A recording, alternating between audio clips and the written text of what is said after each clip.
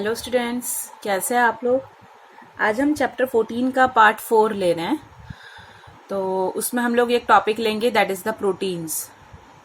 Students, आप लोग please अभी सिर्फ सुनिएगा और वीडियो के एंड में जो मैंने नोट्स लिखे हैं वो आप लोग प्लीज़ लिख के समझिएगा और लर्न करिएगा। तो अभी हम लोग टॉपिक ले रहे हैं प्रोटीन्स। प्रोटीन्स है क्या? प्रोटीन्स, आप लोगों ने ये वर्ड सुना होगा, जिसको हमें कहाँ से मिलता है, दैट इज़ द मिल्क में से है, चीज़ है, पल्सेस जो दाल आप लोग खा रहे हैं वो है, मूंगफली पीनट्स है, फिश, मीट, ये सारे सोर्सेस से हम लोगों को क्या मिलता है, प्रोटीन। एक्चुअली ये हमारे बॉडी के लिए बहुत ही ज़्यादा इम्पॉर्टेंट है और उसका जो structure and functions of life है वो इसी के ऊपर बेसिस होता है। वो ग्रोथ और मेंटेनेंस भी करवाता है हमारे बॉडी का। तो आप लोगों को मैं एक डायग्राम दिखाती हूँ स्टूडेंट्स कि ये सोर्सेज ऑफ प्रोटीन कौन कौन से हैं, यानी कि प्रोटीन का सोर्स कहाँ से आता है। This are the sources of proteins. Okay, अब इसी प्रोटीन्स के अंदर क्या है, that is the amino acids. Okay, ध्यान से सुनिएगा, प्रोटीन के अंदर एक सोर्स आता है, that is amino acid. Amino means वो उसके अंदर कोई अमाइन ग्रुप प्रेजेंट होगा। ओके, तो अमीनो ग्रुप प्रेजेंट है और ये अमीनो ग्रुप का है, that is the NH2। Okay, तो अमीनो एसिड, तो अमीनो ग्रुप प्रेजेंट और एसिड का क्या होगा, दैट इज कार्बोक्सिल ग्रुप, तो COOH ग्रुप भी प्रेजेंट है।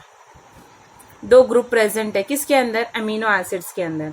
Depending upon the relative position of the amino group with respect to this carboxyl group, amino acids can be classified into alpha, beta, gamma, delta and so on। समझ में आया किस तरह से? based on the, that is the, it is depending upon the relative position of amino group with respect to this carboxyl group, amino acids can be classified into alpha, beta, gamma and delta। Clear? ये क्या था, हम लोगों ने पढ़ा भी proteins के अंदर जो अमीनो एसिड्स कैरी कर रहे हैं। अब only alpha amino acids are obtained on hydrolysis of protein. Alpha amino acids कब होगा, जब हम लोग प्रोटीन का हाइड्रोलिसिस। हाइड्रोलिसिस का मीनिंग क्या होता है? हाइड्रोलिसिस का मीनिंग है breakdown of protein with the help of water molecule. Lysis word का मीनिंग होता है breakdown.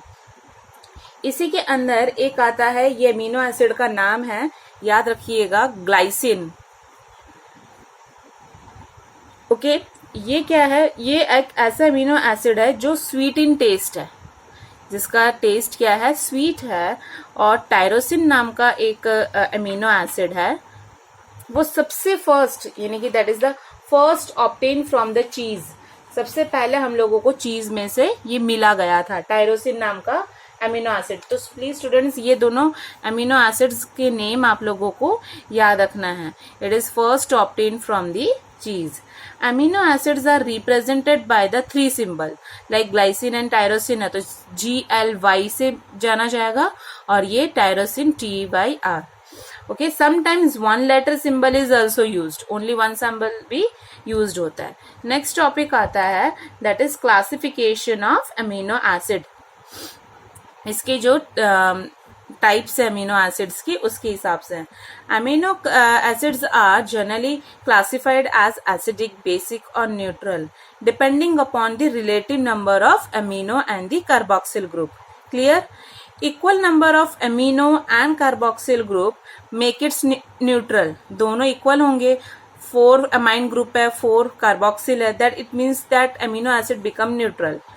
Okay, more of amino than the carboxyl, it means, देखो, more than amino than carboxyl group, it means it is basic। okay, equal number of amino and carboxyl, then it is neutral। okay, and of course COH group, there is carboxyl group is more than the amino group, it means that it is acidic। clear? Amino acid which can be synthesised in the body, हमारे body में खुद जो बन रहा है उसको हम लोग बोलते हैं that is non essential amino acids. Amino acids which can be synthesized in the body is called non-essential amino acid. Those which cannot be synthesized in body and must be obtained through diet, हम लोग खाने के through से ले रहे हैं, they are considered as essential amino acids. Clear? समझ में आया? जो हम लोगों की बॉडी में अपने आप बन रहा है दैट इज नॉन एसेंशियल. जो मैं खाने से ले रही हूँ that is the essential amino acids. Okay, generally ये अमीनो एसिड्स दिखता कैसा है? It is colourless, crystalline, colourless and crystalline solids. Okay, next आता है it is water soluble also. Water soluble भी है, इसका हाई मेल्टिंग मतलब हाई मेल्टिंग सॉलिड्स भी है, ये मेल्टिंग पॉइंट इसका बहुत ही ज्यादा होगा. And behave like a salts. Okay, this behavior is due to the presence of both acidic and the basic amino groups in the same molecule. अब एक और important point है अमीनो एसिड्स का, ध्यान से सुनिएगा. अमीनो एसिड्स का एक मेन एक खासियत, एक कैरेक्टरिस्टिक्स है. इट मीन्स जब हम लोग अमीनो एसिड का एक्वस सोल्यूशन होता है, ओके, यानी कि जब अमीनो एसिड को हम एक्वस सोल्यूशन बनाते हैं, इट मीन्स दैट उसका कार्बोक्सिल ग्रुप, ठीक है, यानी COOH group, it can lose a proton, it can lose a proton. And amino group, ठीक है, amino group can accept a proton, give rise. अब ये क्या करेगा? तुरंत एक क्या दे रहा है? That is the dipolar ion दे रहा है. समझ में आया? कब? In aqueous solution. और इसको हम लोगों ने क्या बोला हुआ है? This is known as the zwitterion. समझ में आया? कार्बोक्सिल ग्रुप प्रोटोन लूज करेगा, अमीनो ग्रुप प्रोटोन एक्सेप्ट करेगा, फिर मिलके क्या बना रहा है? Dipolar ion. And the whole that is known as the zwitterion. This is neutral. This is neutral but contains both positive and negative charges. Clear? एक बार हम लोग देख लेते हैं कैसे. देखो बेटा, ये इस तरह से ये कार्बन का ये अमीनो एसिड इस तरह से हमें अरेंजमेंट करना है इसका. ये अमीनो ग्रुप है, ये कार्बन के साथ लगा हुआ है. अब ये क्या कर रहा है? ज्विटर आयन बनाएगा. ज्विटर आयन में क्या है कि ये जैसे ही ये जो अमीनो ग्रुप है यानी कि हाइड्रोक्सिल आयन, ये जो रिमूव्ड हुआ, ये क्या हो जाएगा? यहाँ से हाइड्रोक्सिल हुआ, रिडक्शन हुआ, और यहाँ पे आके ये माइनस चार्ज लग गया. ये पॉजिटिव भी है और माइनस भी है. तो बोला ना, ज्विटर आयन क्या है? पॉजिटिव भी कैरी कर रहा है, नेगेटिव भी कर रहा है. In this form amino acid show amphoteric. What do mean by amphoteric? का मीनिंग होता है जो दोनों शो करता है, acidic and basic behaviour. Okay, it means that this react with the acid and bases also. Except glycine. Okay, ध्यान से सुनिएगा. एक्सेप्ट ग्लाइसिन, ग्लाइसिन भी हम लोगों ने अमीनो एसिड आगे पढ़ा था. Except glycine all other natural occurring alpha amino acid. Alpha amino acids are optically active since alpha carbon atom is asymmetric. अब ध्यान से समझना ये क्या है. अल्फा कार्बन एटम का मीनिंग क्या होता है? सी की 4 वैलेंसी होती है, एक हाइड्रोजन आयन है सपोज, एक क्या है? अमीनो ग्रुप लगा है, ठीक है, एक आर ग्रुप है, और एक क्या है? That is the carboxyl. तो ऐसे कार्बन को हम लोग बोलेंगे अल्फा कार्बन, जिसकी अलग अलग क्या है? 4 वैलेंसीज है. तो 4 alpha carbon atom is asymmetric. Okay, समझ में आया? And which is exist in D and L. हमने आगे पढ़ा था डेक्स्ट्रो एंड लीवो फॉर्म्स. ये सारे ये डेक्स्ट्रो एंड लीवो फॉर्म्स कौन दिखाता है? वो सिर्फ हमारे नेचुरल, जो हमें नेचुरली अमीनो एसिड्स मिलते हैं, वो ही दिखाते हैं. Clear? Next topic, structure of proteins. बेटा ध्यान से सुनिएगा. जो प्रोटीन्स है वो एक पॉलीमर है. ठीक है, पॉलीमर यानी कि वो कुछ मोनोमर से बने होंगे। Proteins are the polymer of alpha amino acid. तो देखना, प्रोटीन एक पॉलीमर है, पॉलीमर का मीनिंग है मैनी, और मोनोमर क्या हो जाएगा उसका, एक ही यूनिट है, दैट इज अमीनो एसिड। यानी बहुत सारे अमीनो एसिड्स मिलके क्या बनाते हैं, प्रोटीन बनाते हैं। ठीक है, अब सपोज ये एक अमीनो एसिड है, ये एक अमीनो एसिड है, ध्यान से सुनिएगा। ठीक है, ऐसे करके बहुत सारे अमीनो एसिड है, इन लोगों के बीच में बॉन्ड लगा हुआ रहेगा। तो इन लोगों के बॉन्ड को हम लोग क्या बोलते हैं, that is the peptide bond. जैसे शुगर के बीच में कौन सा बॉन्ड होता है, ग्लाइकोसाइडिक होता है। तो वैसे ही अमीनो एसिड के बीच में कौन सा है, पेप्टाइड बॉन्ड और पेप्टाइड लिंकेज। ये जो पेप्टाइड लिंकेज होता है वो एक अमीनो एसिड का जो कार्बोक्सिल ग्रुप होता है उसके साथ लग के वो दूसरे अमीनो एसिड के किसे, अमाइन ग्रुप से लगता है। वो ये जो पेप्टाइड बॉन्ड होता है वो एक अमीनो एसिड के कार्बोक्सिल ग्रुप से दूसरे अमीनो एसिड के अमाइड ग्रुप से लगता है। क्लियर। उसी टाइम पे क्या होता है, वो एक one molecule of that is the water remove होता है और उसी टाइम पे ये पेप्टाइड बॉन्ड फॉर्म्ड हो जाता है। Clear.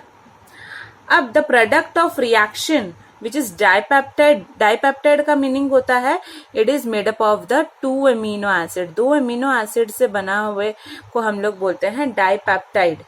Example, carboxyl group of, carboxyl group यानी COOH, carboxyl group of glycine, ठीक है, is combined with the amino group of alanine.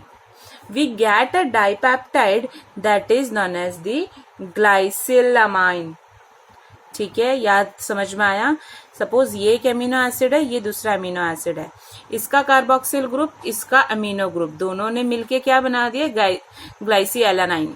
ठीक है, तो वैसे ही अब सोच लो थर्ड अमीनो एसिड भी लग रहा है, चेन तो आगे चलती रहती है, तो उसको हम लोग बोलेंगे ट्राइपेप्टाइड। जैसे ये क्या बना है, ये क्या है, ये है दैट इज द डाइपेप्टाइड।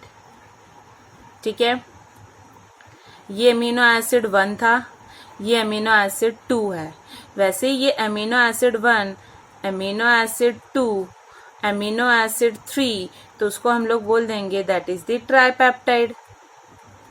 ठीक है, 4 हो जाएगा तो टेट्रापेप्टाइड, 5 होगा तो पेंटापेप्टाइड, 6 होगा तो हेक्सापेप्टाइड।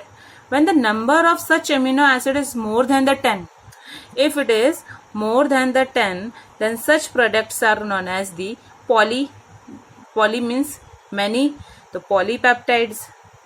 A polypeptide with more than 100 amino acid, it is more than 100 amino acids residues have molecular mass higher than the, उसका मॉलिक्यूलर मास करीबन 10,000 म्यू से भी ज्यादा है, तो बेटा उसको हम लोग बोल देंगे कि तब जाके उसने क्या बनाया, दैट इज प्रोटीन बनाया।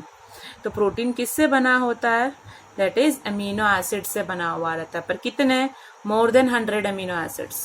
क्लियर, पर उसका मॉलिक्यूलर वेट इतना होना जरूरी है, मॉलिक्यूलर मास। ठीक है, तो that is the protein. Clear, समझ में आ रहा है ना आप लोगों को। ग्लाइकोसाइडिक शुगर मॉलिक्यूल के लिए होता है, तो पेप्टाइड किसके लिए होता है, amino acid.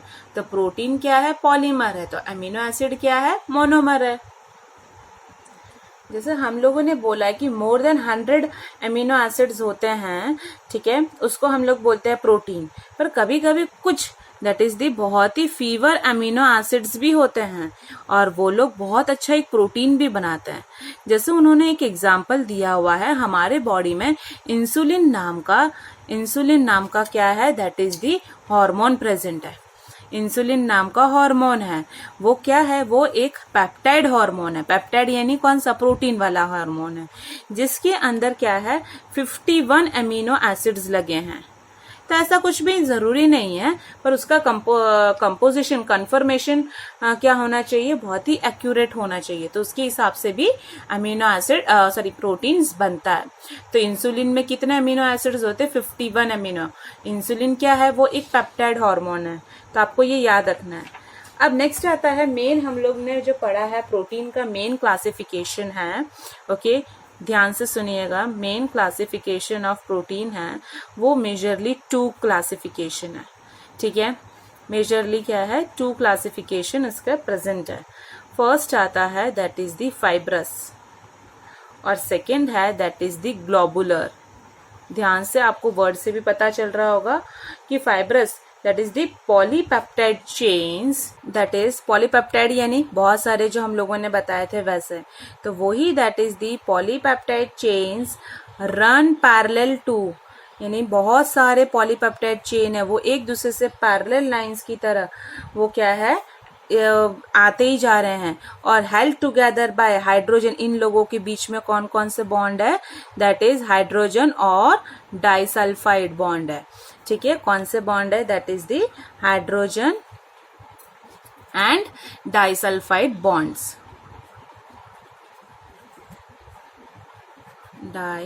Disulphide bonds, clear, hydrogen and disulphide bonds. अब ये ऐसे टाइप के प्रोटीन हैं जो इनसॉल्युबल इन नेचर है, इनसॉल्युबल इन वाटर, पानी में ये लोग क्या हो रहे हैं, मिक्स नहीं हो पा रहे हैं, ठीक है। एग्जाम्पल हम लोग लेते हैं, हेयर में एक प्रोटीन है उसका नाम है दैट इज केराटिन, ठीक है। हेयर में एक प्रोटीन है दैट इज केराटिन और दूसरा है मसल के अंदर भी है दैट इज द मायोसिन, ठीक है। ये मसल्स के अंदर रहता है एक प्रोटीन। ये ग्लोबुलर नाम का है, वो क्या है, वो भी एक पॉलीपेप्टाइड चेन है जो ऐसे एक दूसरे से कॉइल्ड है, ओके पूरा मतलब round like structure spherical shape का बनाते हैं और ये कैसे होते हैं, सॉल्युबल इन वाटर होते हैं। और इसका एग्जाम्पल दिया हुआ इंसुलिन जो तुम्हारे बॉडी में रिलीज होता है और एल्बुमिन एग के अंदर भी ये तुम्हें ये देखने को मिलता है प्रोटीन एग के अंदर, ठीक है। तो ये था क्लासिफिकेशन ऑफ, ये ग्लोबुलर का आगे भी क्लासिफिकेशन है जो मैं नेक्स्ट लेक्चर में लूंगी। तो बच्चों मैं आपको इसके रिलेटेड क्वेश्चंस दे देती हूँ, आप क्वेश्चंस लिख लीजिए, ये क्वेश्चंस को लिखिएगा और लर्न करिएगा।